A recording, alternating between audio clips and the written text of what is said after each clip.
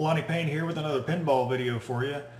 What I'm doing today is I'm making a new topper for my Star Wars pinball machine. I have a Daddy Star Wars, and what I did was during this Christmas season I bought the entire Storytellers collection for A New Hope that has the Death Star as its main feature, and then it has 6 of the ornaments, and they talk and they interact with each other. And so what I decided to do was I was taking these down. I thought, okay, they're going to be in a box for another year until next Christmas, and I thought to myself, why not make a new topper for my pinball machine out of this? It kind of serves as a conversation piece, get some use, and they're really cool, and it's better than a piece of plastic lit up that costs $1,000. So we're going to do that today, and let's get going. Welcome to the jungle. We got fun and games. All right, so these are all the elements of this topper. Here's your brain that controls everything in the Death Star. And then your 6 ornaments. Of course, you got your plugs and stuff. This was the original mounting system that you hooked to your tree, so I'm going to have to come up with another mount. Then here's the little lightsaber that controls it. You hit that button and it kind of goes through its thing. And then when it's not doing that, it's all lit up. So I think even when it's not doing anything, it's going to make a really nice topper. So my plan is to use these command strips for the characters, because as you're playing pinball and shaking the machine, you don't want them to fall. But I'll make a more rigid mount for the Death Star. So we'll get to work. All right, so this is just kind of a rough end of what I had in mind. They fit all nice, spacing up there with all 6 of them. Now the Death Star will actually be elevated, but it's just sitting there right now. But it'll be actually up a little bit. And it has a little sensor on it that you have to be able to see with the remote control from the lightsaber, so it needs to be elevated anyways, but I just kind of wanted to set everything up there. But this is kind of what I had in mind, so we'll start working on putting everything there. All right, the way I'm going to mount this is I'm going to use this center vent hole here.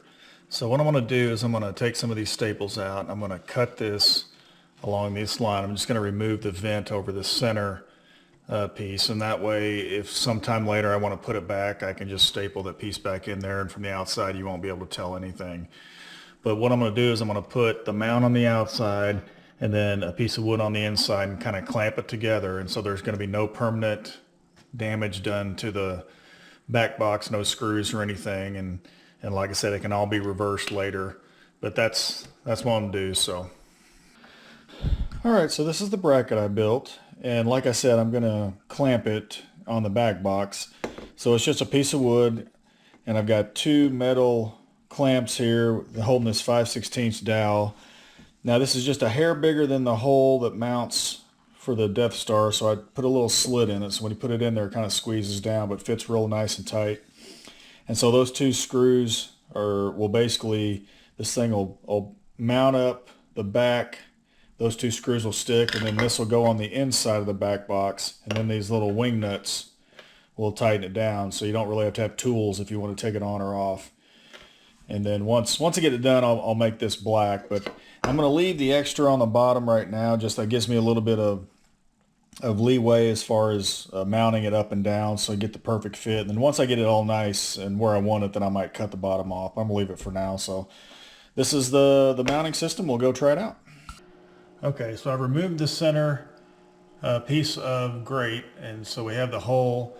And the one other thing I did was I put a couple of the rubber bumpers on here so it wouldn't be resting right against the wood, but that's just going to go through just like that, and we'll mount that up. All right, everything's mounted, and you can see with the rubber bumpers on there, man, that thing's not going anywhere. That's as tight. So now we'll put the stuff on there and kind of get a rough view, see how it looks. All right, there's my first view of it. Might be just a tad high, I don't know. May adjust it a little bit, but in the neighborhood. Here's the second try with the Death Star, just a little bit lower. I think I like it. And one of the things it does by lowering it down just a little bit is when you're playing the game, it kind of cuts down on the shake. It was shaking a little bit too much up top when it was higher, but for now I think I'm going to leave it like this. I may adjust it later, but I think I like it like this, and we'll we'll get the rest of it set up. Okay, originally I was just going to use command strips, but didn't realize there's these little bitty feet on here where they had screws in them to put them together, so I don't think they would have been thick enough. So what I'm going to do, and this works better anyways, I'm going to use the command Velcro strips, and I'm going to put one strip on the back, and then of course this part on the machine to Velcro together.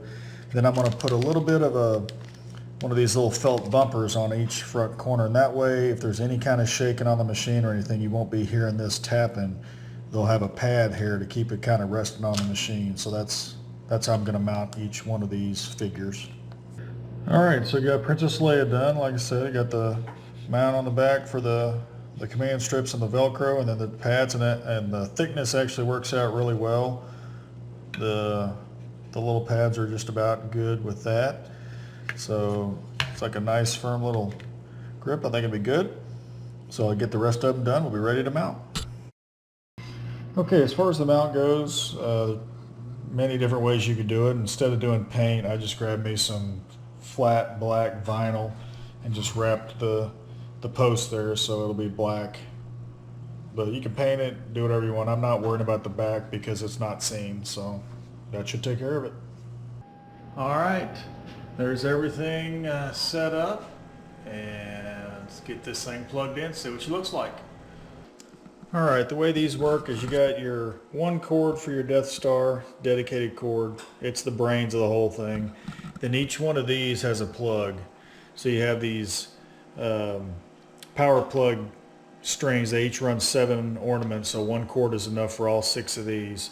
So you'll end up having two extra plug-ins to plug in, and that's how this thing works. All right, there it is, powered up. And you can see all the characters have lights, and the Death Star goes through a bunch of different kinds of colors and everything. It looks pretty cool. You can kind of see it changing up there. And then you got the little lightsaber, and if you want to start the program, you just hit the lightsaber.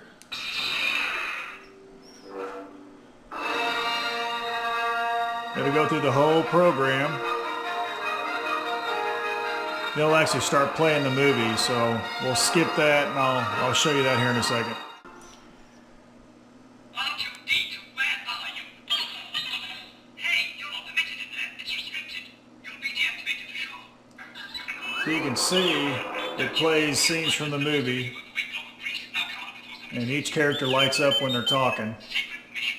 Not plans. What are you talking about? Like not getting in there.